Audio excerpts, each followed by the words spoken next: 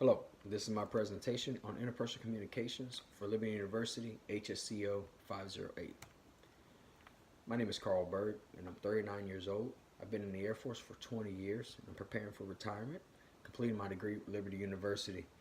Also, I've been married for 20 years, have 3 children, and 1 dog. In my project, I would define interpersonal communication and present my overarching life goal and how I would utilize my interpersonal communication to enlarge that goal. We'll take a walk down memory lane as I describe some aspects of my childhood and life, which I believe have played a huge part in developing how I communicate with people around me, both positively and negatively. In addition to that information, I will share with you some communication barriers and challenges that I experienced in my life, and couple that with resources and strategies I use to overcome them. Finally, I hope to discuss with you particular steps I am taking in order to enlarge my conversation and make my overarching goal a reality. So with that, let's get right into the definition of interpersonal communication. Next slide. Interpersonal communication is the process by which people exchange information, feelings, and meaning through verbal and nonverbal messages. It's a face-to-face communication. And if we continue on the slides, we see it's not just what's actually said. It's the tone of voice, it's facial expressions, it's gestures, and it's body language. So how do I take this definition and wrap it into my overarching goal to my life? The next slide shows my goal, which is based upon the life scripture, 1 Corinthians chapter 10, verse 31, where it says, "Therefore, whether you eat or drink or whatever you do, do all to the glory of God." I do my best to portray that attitude towards life daily, particularly in how I communicate with those I encounter daily. My goal when it comes to how I communicate with people is to completely display the love of Christ in a way that when they leave my presence, they feel as if they've had a direct encounter with Christ who lives within me. Ultimately, I want God to be completely glorified in everything I do. My dream of becoming a full-time executive and leadership life coach after retirement from the Air Force truly depends on my complete submission to Christ in order for this goal to be accomplished. This is a must when it comes to my interpersonal communication. But where did this idea of allowing my interpersonal communication to reach people positively come from? And were there barriers and challenges present in my life as it developed?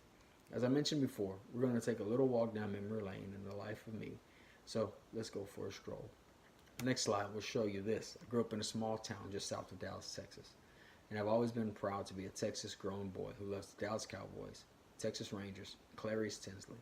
I grew up in a dual parent home which included my mom, my dad, and my 3 siblings. The third of 4 children growing up in the home was always eventful. My dad, a black man, and my mom, a Mexican woman, both worked hard to overcome racial diversity and discrimination against their relationship, especially since my mom, by appearance, looked like a white woman. But growing up, as I dubbed a Blaxican, was exciting. Family gatherings were huge with both barbecue and tortillas. Christmas was full of music and tamales, menudo, and stories of how my uncles on both sides of the family would stick up for each other while in school. Unfortunately, there were also conversations about how they experienced discrimination as they grew up. They made it well known what to look for in conversation and in deed, and how to combat it with kindness and not with violence. I came face to face with this during my final weeks of Air Force boot camp, as a distant member of our family was killed by 3 Ku Klux Klan members in Jasper, Texas. After living a life where I was raised to see a silver lining in how to change hate into love when dealing with race, I have to admit this event took a toll on my interpersonal communication. It left me confused a bit, and I began to think and see other races with a lens of presupposed bias and prejudice. This brought about a very negative air how I communicated with people of other races. Still, I found myself in an internal battle of not agreeing with my own outlook and conclusion of attempting to project hate towards someone simply by the actions of another person of that same racial makeup. I remembered my white friends, my Indian friends, my Asian friends, and so on, and grew intolerant of my own ignorant actions and thoughts. In many ways, this event led to the propelling of my need to break the barriers and stereotypes others may place upon me just by the color of my skin. So what did I do? I searched out those communication barriers within my own life and discovered fixes for those challenges. In the next slide, we see the first communication barrier and the fix. What's race got to do with it? One barrier I found as I unraveled the multi-layered onion of how race plays its part in communication was a presupposed idea that a person's dialect is connected to their race. I've been blessed to have so many conversations with people in large and small settings, both young and old, black and white, where this topic was at the forefront of our discussion. It never fails to amaze me how even some of the most educated people will connect a certain type of dialect or voice inflection on a certain race. So much so that when a person of opposite race they assumed to be talking is revealed, they make racist statements in response. On the next slide, we see that talking black is equivalent to being uneducated, speaking Ebonics, or like speaking from the hood. And talking white is equivalent to educated, proper enunciation of speech. All of this is definitely far from the truth, and our communication barriers deserving of a fix. So what's the fix? Our next slide tells us what the fix is. It's to talk about it. It's to confront this conversation head on. Identify and call out the ignorance wrapped up into statements like this. Sometimes people don't even know they have developed this mindset and just how backwards it is until they are shown, with love of course, the error of the way of their thought. In the next slide, we see the communication barrier number 2. What's age got to do with it? Another communication barrier for me has been my age. I've had my age become a factor in a negative more times than I'd like to admit. When I look a certain age or am a certain age and speaking to an older audience, they tend to discount what I say based off of their thinking that I haven't experienced enough in life to give them advice or speak to them by any topic they feel or deem they themselves have experienced. This, for me, has been an initial barrier that I've had to overcome when I first meet or am introduced to people. I recall an event where I was asked to speak to people in the audience concerning marriage and ministry. The topic was daily, weekly, monthly, and yearly repeated struggles within a happy marriage while performing leadership ministry.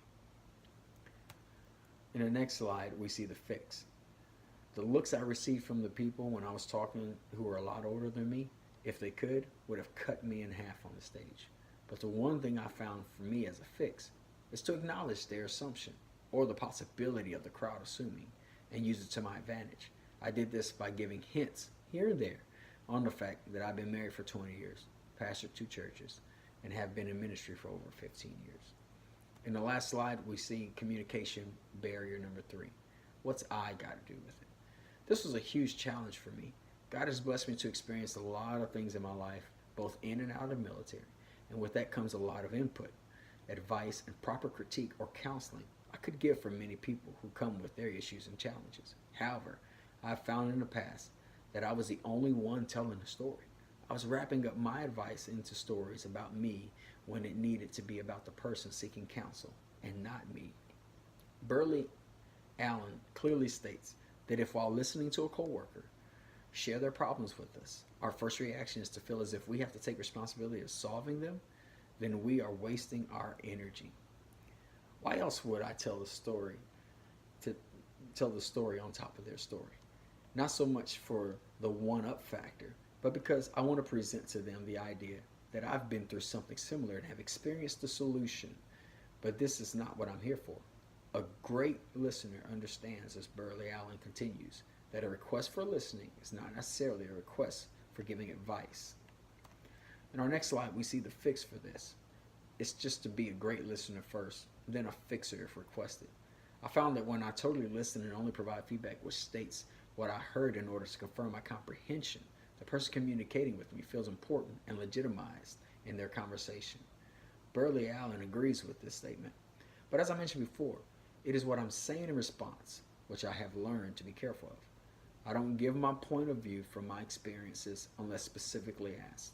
Additionally, I ensure to be very intentional in showing the individual that they are a person of worth, dignity, and they have something to offer. This is right in line with Byrd Allen's statement concerning what true listening promotes. How do I apply this in large? Well, when it comes to race, simple. As a life coach to executive and leaders in ministry, I plan on utilizing the racial lessons I've learned and the how and whys of communication between races to bring them closer to each other. I want to glorify God in how I bring people of different races together to be non-judgmental in their communication with one another. Peterson states, how refreshing it would be if we all really listened towards understanding what made other folks tick rather than jump so quickly to judge varied beliefs, practices, and behaviors.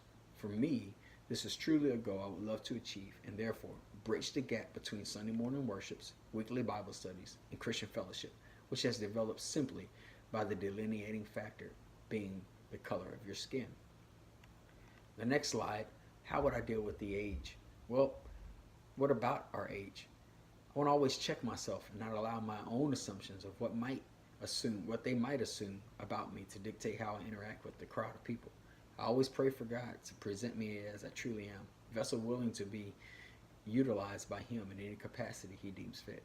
I will forever ask that I am decreased, He is increased when presenting anything to His people, which brings me to the last one of what I has to do with it. I want to be truly decreased because I can display Christ and glorify Him if I'm the one being seen and boasting about the work I've completed. I can't do that. This is greatly impossible.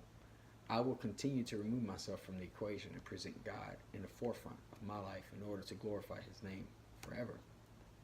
In conclusion, for me, taking all this information and applying it to my life is something I would have to take to heart and complete with the grounding prophetic words of an icon. Don't try, just do. Thanks.